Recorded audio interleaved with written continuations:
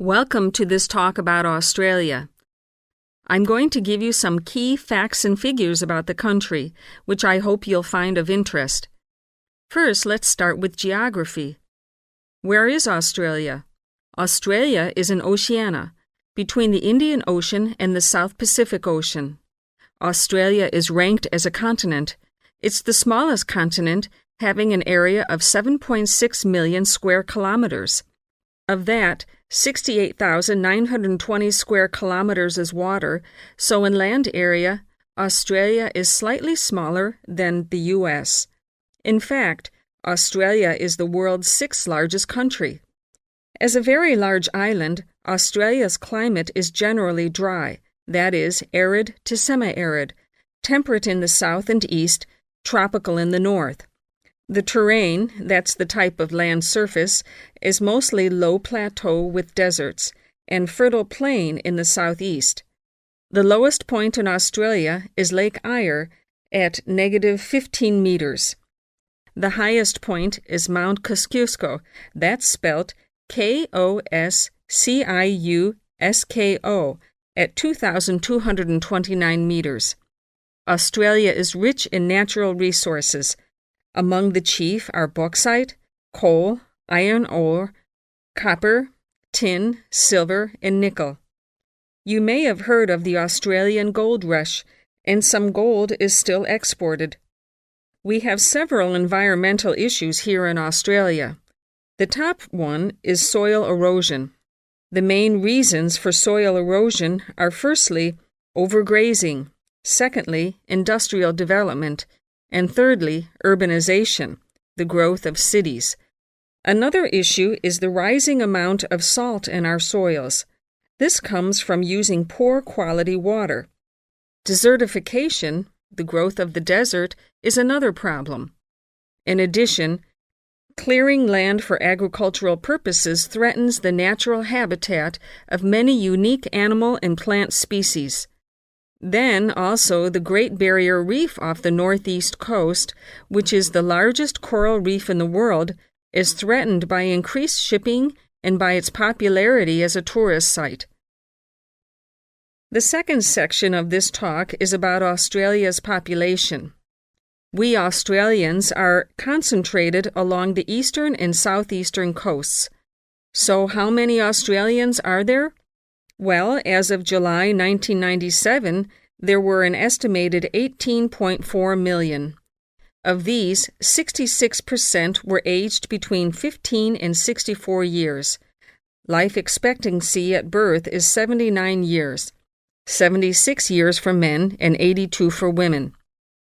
Now, I should tell you that the country of Australia is made up of 6 states and 2 territories.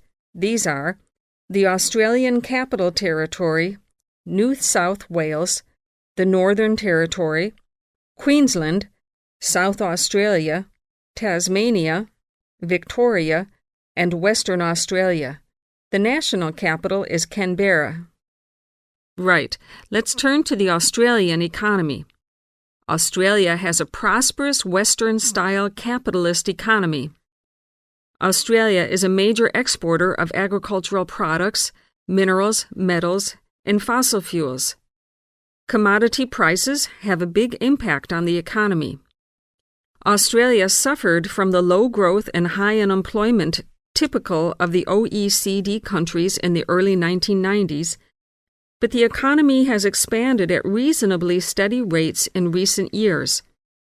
In addition to high unemployment, short-term economic problems include how to balance output and inflation and how to stimulate exports. The economy is made up like this: agriculture, 3.1%, industry, 27.7%, services, 69.2%. The labor force has a similar pattern. The total labor force is 8.2 million. 34% work in finance and services, 23% work in public and community services, 20% work in the wholesale and retail trade, 17% work in manufacturing and industry, and 6% work in agriculture. What are the chief industries of Australia? They are mining, industrial, and transport equipment, food processing, chemicals, and steel. What are Australia's main agricultural products?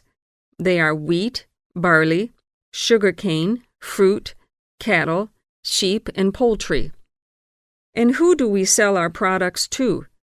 At present, our chief export market is Japan, which takes 24% of our exports. After that, South Korea takes 8%, and New Zealand and the U.S. each take 7%. In years to come, however, we expect China to become a significant trade partner. China already supplies 5% of Australia's imports. This is the same amount as New Zealand. Meanwhile, we take 1/5, in fact 22% of our imports from the U.S., 17% from Japan, and 6% from the UK. So what sort of things does Australia import? Well, we import a lot of machinery and transport equipment, especially computers and office machines, also telecommunications equipment, and in addition we have to import oil and petroleum products. So let's move to the subject of communications in Australia. We have an estimated 8.7 million telephones and 9.2 million televisions. There are some 134 television broadcast stations and 325 radio stations. The related subject of transport is naturally very important in such a big country as Australia. Let's look at highways first. There are two kinds of highways, paved and unpaved. Paved highways are regular roads with a permanent surface. But actually, we have more unpaved highways, around 60%, than paved, when all the country roads are included. In addition, Australia has a railway network of over 38,000 kilometers. But you'll probably find it hard to believe how many airports we've got. 10? 20? 50? No, the total is 443. Of course, this includes many short runways on farms and in the outback. There are only 9 airports with runways of more than 3,000 meters.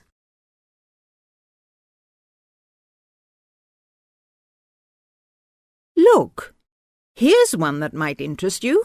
What is it? Are you sure? The last one you sent me off to was a disaster. Yes, look. It says they want a junior sales manager, and it looks like it's a big international company. That'd be good. You might get to travel. What kind of company is it, though? Let's see. Yes, it's a textile company that seems to import from abroad.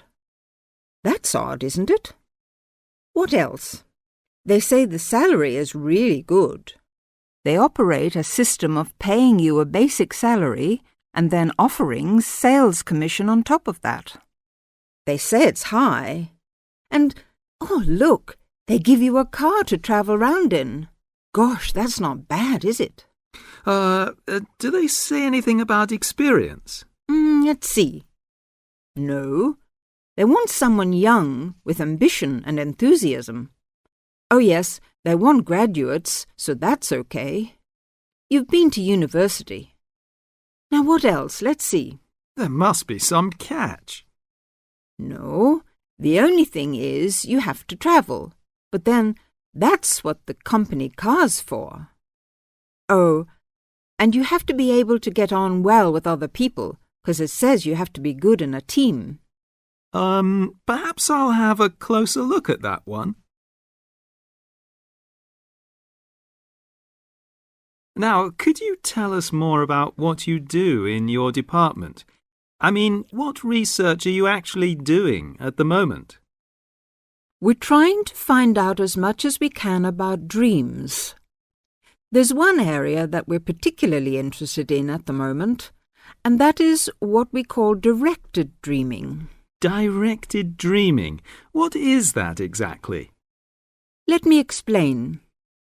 You know, sometimes, if you're having a dream and you wake up in the middle of it, you can sometimes go back to sleep again and go back to the dream. Yes. Well, that is similar to what we call directed dreaming. Now, what I was talking about is a fairly common experience, but real directed dreamers are people who have always complete control over what they dream because they actually know what they're dreaming. They can dream what they want. Yes, nearly. Can anyone develop this ability? Well, that's one of the things that we would like to find out. At our centre, we have in fact got 3 people who are very reliable and who can have these directed dreams quite regularly. And what sort of experiments do you do with them? Well, a few weeks ago, we thought it would be interesting to see if there was any way that these 3 regular dreamers could communicate with each other in a directed dream while they were sleeping. So one night, we arranged for them all to stay at the centre. Then we asked the 3 of them, there were 2 men and a woman, we asked them all to go to a pub that they all knew quite well, down by the river, and asked them if they started dreaming to go down there and try to find each other. In the dream? Or 3 dreams? Yes, so they all went off to sleep, and the next morning we interviewed them all separately and asked them what they had seen. The 2 men had had dreams and could remember them, and they both said that they had been to the pub and had seen each other and had had a talk. But also, both of them said that they hadn't seen the woman, and we thought that was a bit odd. And then we talked to her, and she told us that she hadn't had a dream at all that night, or she couldn't remember it anyway. Fascinating. So both of the men said she hadn't appeared in their dreams, and that was because she hadn't in fact been dreaming. Yes, though of course it could just be a coincidence. But that's the kind of thing that we're trying to find out more about. Well, thank you very much, Dr. Border. It's been fascinating talking to you. Thank you. Good evening, and welcome to this month's Observatory Club lecture. I'm Donald Mackey, and I'm here to talk to you about the solar eclipse in history. 1,000 years ago, a total eclipse of the sun was a terrifying religious experience. But these days, an eclipse is more likely to be viewed as a tourist attraction than as a scientific or spiritual event. People will travel literally miles to be in the right place at the right time to get the best view of their eclipse. Well, what exactly causes a solar eclipse? When the world goes dark for a few minutes in the middle of the day. Scientifically speaking, the dark spot itself is easy to explain. It is the shadow of the moon streaking across the earth. This happens every year or 2, each time along a different and, to all intents and purposes, a seemingly random piece of the globe. In the past, people often interpreted an eclipse as a danger signal heralding disaster, and in fact, the Chinese were so disturbed by these events that they included among their gods one whose job was to prevent eclipses. But whether or not you are superstitious, or take a purely scientific view, our earthly eclipses are special in 3 ways. Firstly, there can be no doubt that they are very beautiful.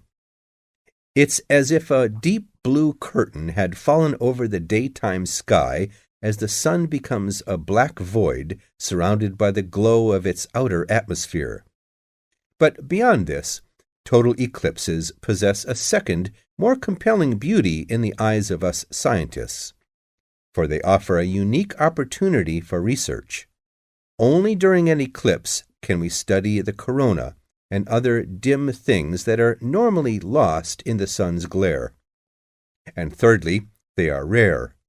Even though an eclipse of the sun occurs somewhere on Earth every year or 2, if you sit in your garden and wait, it will take 375 years on average for one to come to you. If the moon were any larger, eclipses would become a monthly bore. If it were smaller, they simply would not be possible. The ancient Babylonian priests, who spent a fair bit of time staring at the sky, had already noted that there was an 18-year pattern in their recurrence, but they didn't have the mathematics to predict an eclipse accurately. It was Edmund Halley, the English astronomer, who knew his maths well enough to predict the return of the comet, which incidentally bears his name, and in 1715 he became the first person to make an accurate eclipse prediction.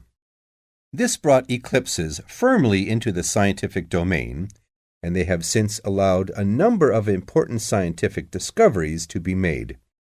For instance, in the eclipse of 1868, two scientists, Janssen and Lockyer, were observing the sun's atmosphere, and it was these observations that ultimately led to the discovery of a new element. They named the element helium after the Greek god of the sun. This was a major find because helium turned out to be the most common element in the universe after hydrogen. Another great triumph involved mercury. I'll just put that up on the board for you now. See, there's Mercury, the planet closest to the sun. Then there's Venus, Earth, etc. For centuries, scientists had been unable to understand why Mercury appeared to rotate faster than it should. Some astronomers suggested that there might be an undiscovered planet causing this unusual orbit, and even gave it the name Vulcan. During the eclipse of 1878, an American astronomer, James Watson, thought he had spotted this so-called lost planet. But alas for him, he was later obliged to admit that he had been wrong about Vulcan and withdrew his claim. Then Albert Einstein came on the scene.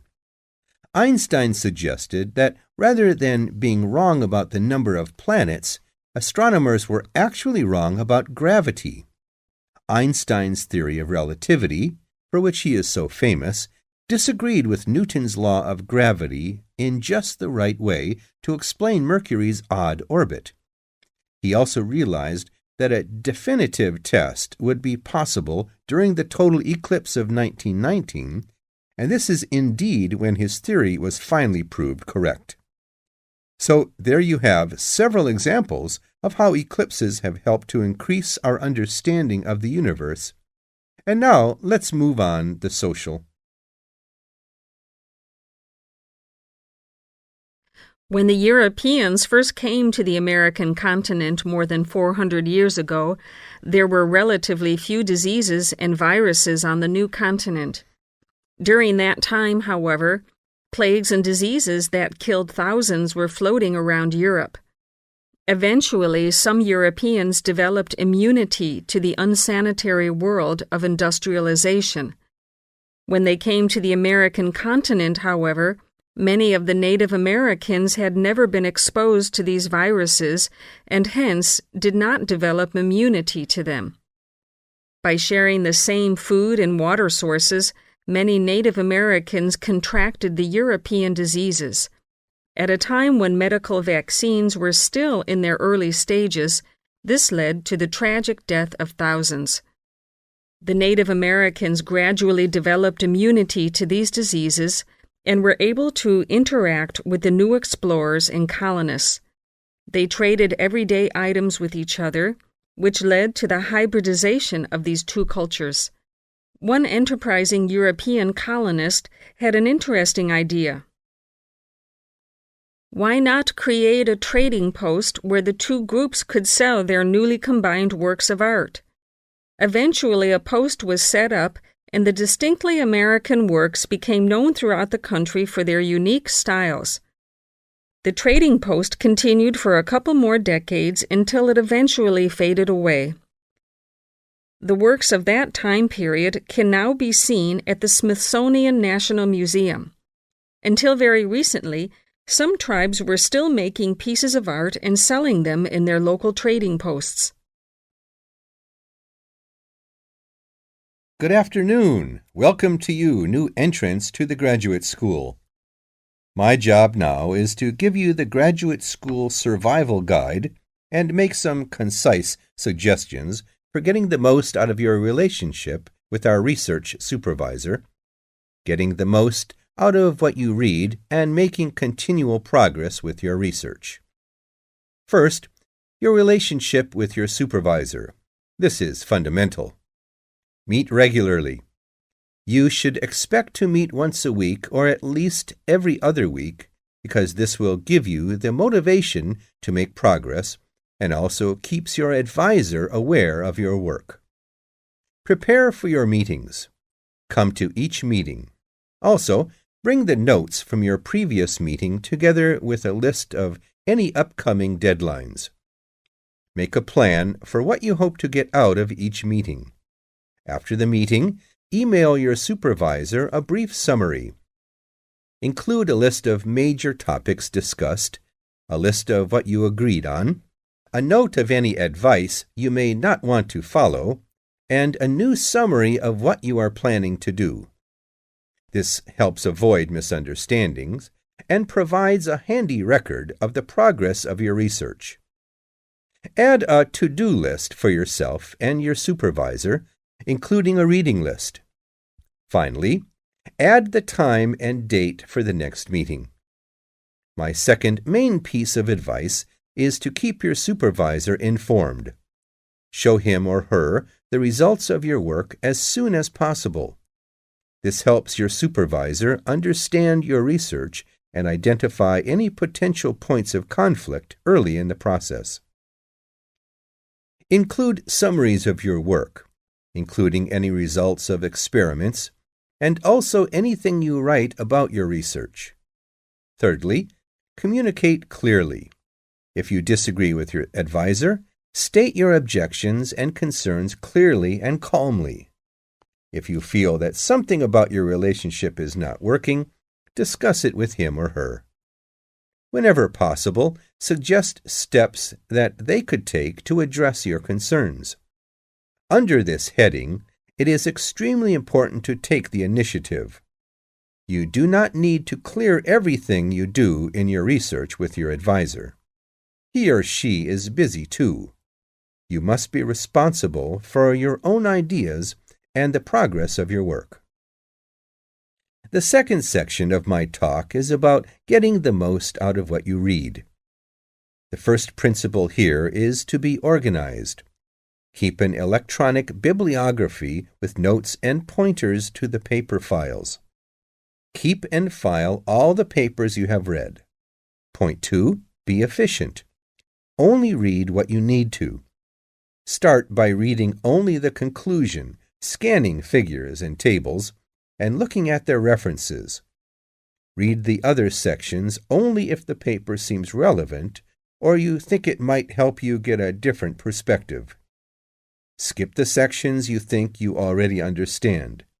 These are often the background and motivation sections.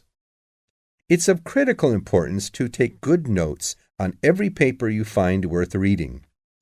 Note especially what problem the author is trying to solve, what approach they take to the problem, and how their approach differs from other approaches. Next, summarize what you have read on each topic.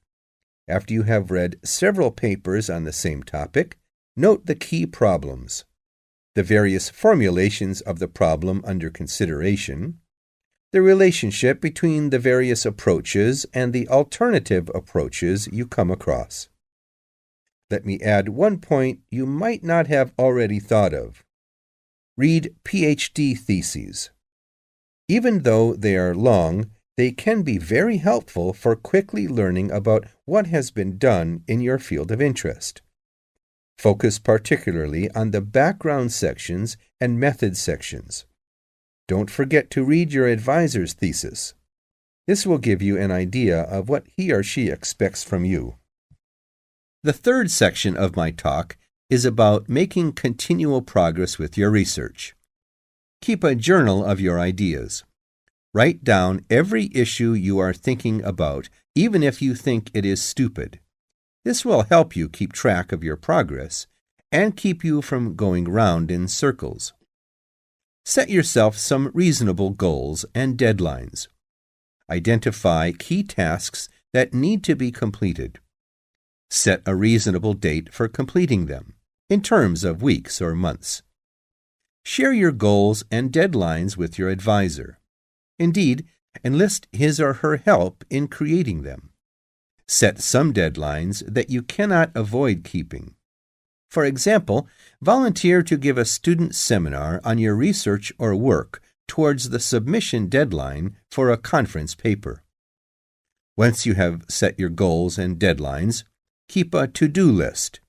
Checking off the items on a to-do list can feel very rewarding when you are working on a long-term project. Discuss your research with anyone who will listen.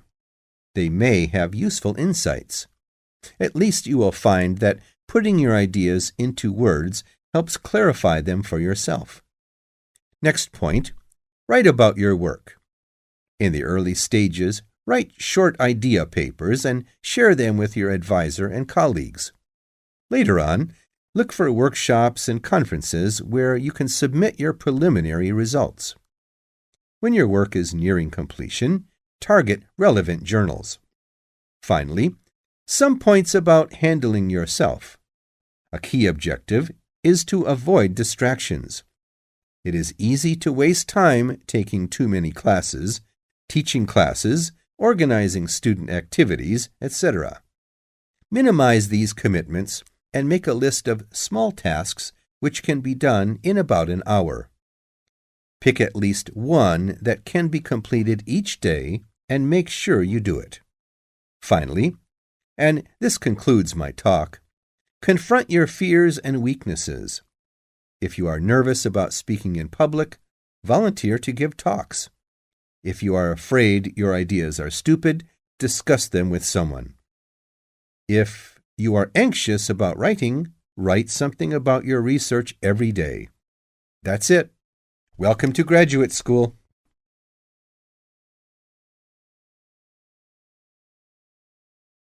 The Atlantic Ocean, named for the legendary lost island of Atlantis, has made up for the romantic origin of its name by becoming the most important commercial highway in the world, yet traces of romance continually mingle with the business of the sea.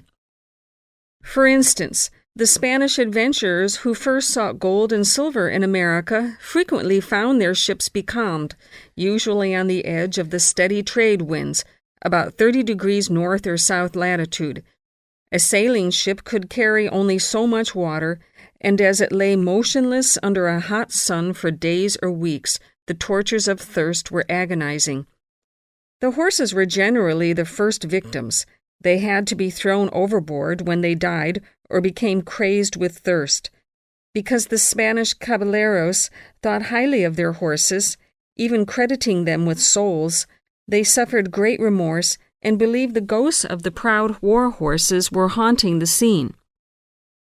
They saw the restless spirits in their dreams and related their dreams to sailors. Whenever the mariners passed that way, they would see in the spray or clouds images of wild horses bearing down on them. They began to call the broad belts of calm the horse latitudes, the romantic name by which they are known today. Joanne! Hi, you must be Rob. Nice to meet you. So, I hear you're planning to visit Australia. Yeah, and I really wanted to talk to you because I was thinking of spending some time in Darwin, and my sister told me you're from there. That's right. So, tell me about it. Well, where shall I start? Well, Darwin's in what they call the top end, because it's right up at the northern end of Australia, and it's quite different from the rest of Australia in terms of cultural influences. In fact, it's nearer to Jakarta in Indonesia than it is to Sydney, so you get a very strong Asian influence there. That means we get lots of tourists. People from other parts of Australia are attracted by this sort of international cosmopolitan image. And as well as that, we've got the same laid-back atmosphere you get all over Australia. Probably more so, if anything, because of the climate. But what a lot of the tourists don't realize until they get there is that the city's also got a very young population.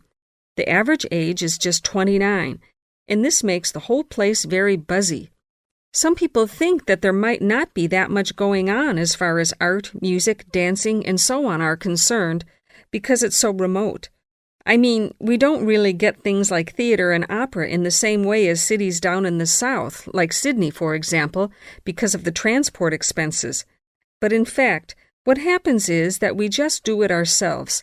Lots of people play music, classical as well as pop, and there are things like artist groups and writers groups and dance classes. Everyone does something. We don't just sit and watch other people. You said it's very international. Yeah, they say there are over 70 different nationalities in Darwin. For instance, there's been a Chinese population there for over 100 years. We've even got a Chinese temple. It was built way back in 1887, but when a very bad storm, a cyclone in fact, hit Darwin in the 1970s, it was almost completely destroyed. The only parts of the temple that survived were part of the altars and the stone lions, but after the storm, they reconstructed it using modern materials. It's still used as a religious center today, but it's open to tourists too, and it's definitely worth going to see it.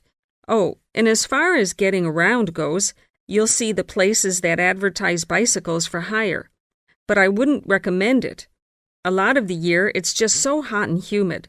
Some tourists think it'll be fine because there's not much in the way of hills and the traffic's quite light compared with some places, but believe me, you're better off with public transport. It's fine and not expensive. Or you can hire a car, but it's not really worth it. What's the swimming like? Well, there are some good beaches, but the trouble is that there's this nasty creature called the box jellyfish, and if it stings you, you're in bad trouble. So you have to be very careful most of the year, especially in the winter months. You can wear a lycra suit to cover your arms and legs, but I wouldn't like to risk it even so, personally. And there are the saltwater crocodiles, too. I mean, I don't want to put you off. There are protected swimming areas netted off where you'll be safe from jellyfish and crocs, or there are the public swimming pools. They're fine, of course.